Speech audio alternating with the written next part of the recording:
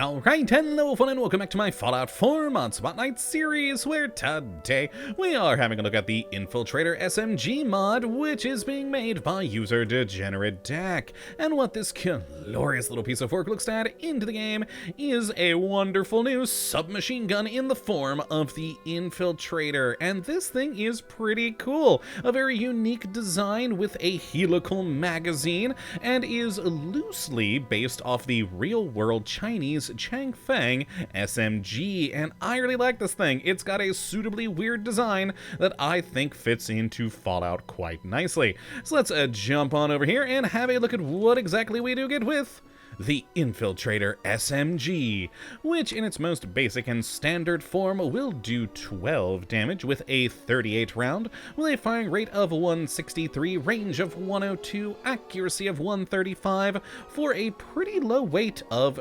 3. Not too bad there. And as you can see, this thing looks pretty darn weird, but I really quite like it, and is good on both the texturing and modeling.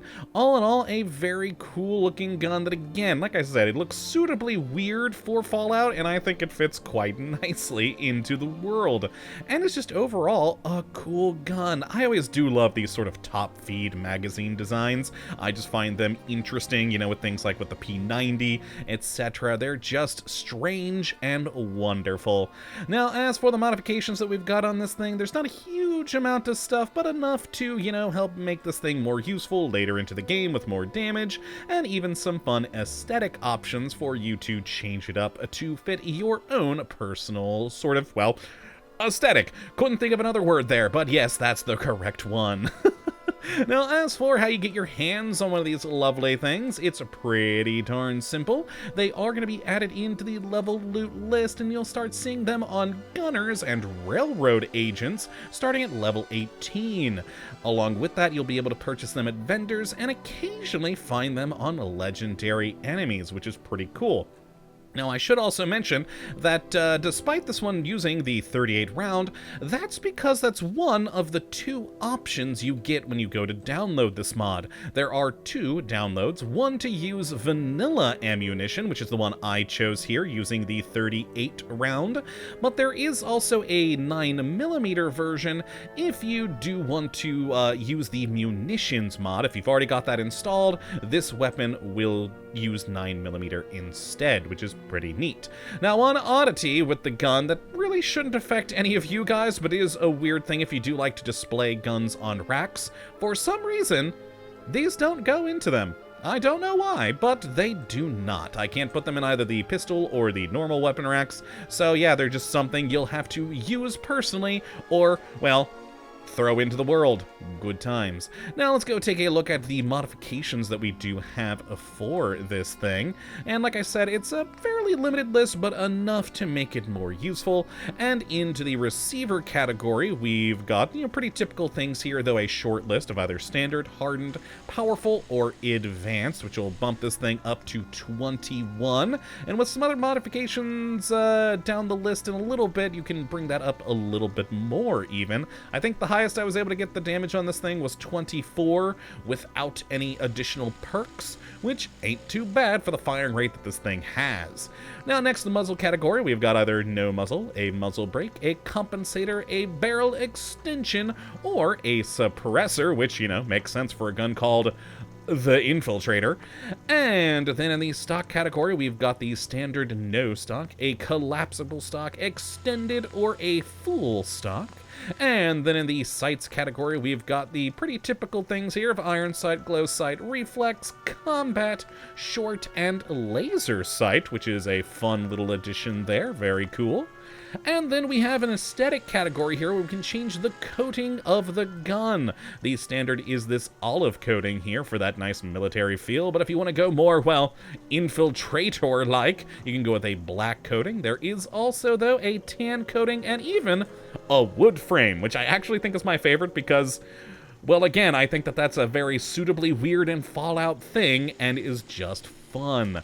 And finally, we have the ammunition category here, where by default you'll have the full metal jacket rounds, but we can up the damage a bit more with hollow point or go with armor piercing, frangible, or even rat shot rounds, which will do pretty good increased damage, shooting multiple projectiles, basically making it a very fast-firing shotgun, but of course, a much reduced range on this thing.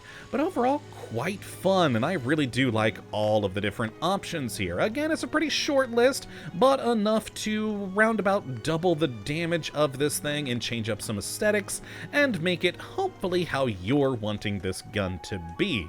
So not too bad there. Now let me go grab my two modified versions that I made over here. A wonderful sort of, I guess, medium range sniping sort of deal. And of course, a very stealthy, silent one here for, you know, infiltrating. Good times. But let's start with our just standard version and take some shots.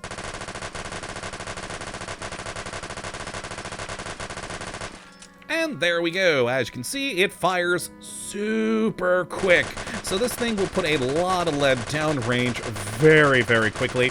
It does have quite a bit of kick, so it's a little bit hard to keep on target, but not too bad overall. I think it's mainly just because of the high fire rate and the number of rounds you have that, yeah, it is going to be a lot more than you might expect. As you can see just there a moment ago, we did go all the way up into the sky. But again, yeah, that's after 80 rounds. But overall, it's not too hard to keep on target. Now, as for the animation on this thing, it is borrowing the plasma rifle animation, which I think fits quite nicely. And I do like the look of the gun with that, because you actually, if you pay attention to where the helical magazine is, there's the springs down there that help pop up the helical mag, which I just think is a fun, neat little addition that, again, makes it feel very Fallout-esque to me, because it's a more simplistic, out there mechanism that I do very much like. Now let's grab the suppressed version just to hear the shots on this thing with the suppressor, and of course we got that fun little laser scope on there. Hard to see when you're at longer range, or of course if it's a bright background, as with any laser sight we've ever seen in a mod, but you know, not too shabby, and fire.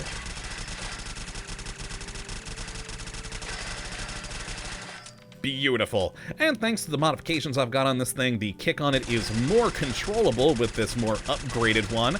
And with its power, it's, you know, pretty good. It'll stop a lot of enemies. What exactly did I put on this one again, though? We've got the rat shot on these ones. All right, wonderful. Why did I put the rat shot on that? I don't know. Well, I guess it's, you know, better than for the, better to have had the hollow points on this one for the more long range. But yes, some very, very fun guns to shoot. Though a short range / medium range sniper rifle with this sort of, fire rate is a little bit weird, but I love it. Now let's grab ourselves our usual Deathclaw friend to play with and see how this thing will do against him. Now let's actually switch back to the suppressed infiltrator with the rat shot, and there we go. Actually getting some good shots on him, which ain't too bad. Granted, with the distance, the rat shot being the multiple projectiles, not as great, but now that the Deathclaw has gotten close, look at it chew through his health bar. So definitely a more close range round to put into the gun, but yeah, still pretty neat. Let's grab another and switch over to the ranged one with the scope, because, well, of course, the rat rounds, or rat shots rather, definitely made for that close range with the more shotgun nature to them. Let's go with the scoped one. And there we go, some good shots downrange with the hollow points. Well, you know, on the times that I hit him out of those 80 rounds. Oh, hello, Deathclaw! Yeah, a sniper rifle with this sort of fire rate's a little bit unnerving, but I kind of like it. And, you know, I think, again, suitably Fallout. Oh boy, he's getting close, and die wonderful. So overall, this Infiltrator SMG is kind of a strange gun. Does have some oddities with, like, not being able to be put onto the weapon racks and the weird collider that it has. But, I mean, you're going to be using it in your hands anyway, so that's not a huge deal. All in all, though, it's a fun gun. I love the helical mag design on it, and just overall, I think it is a great little addition to the Commonwealth. So if you'd like to take a look at it for yourself, which I'd certainly recommend you go and do, you can have a look at the link in the the video description as per usual.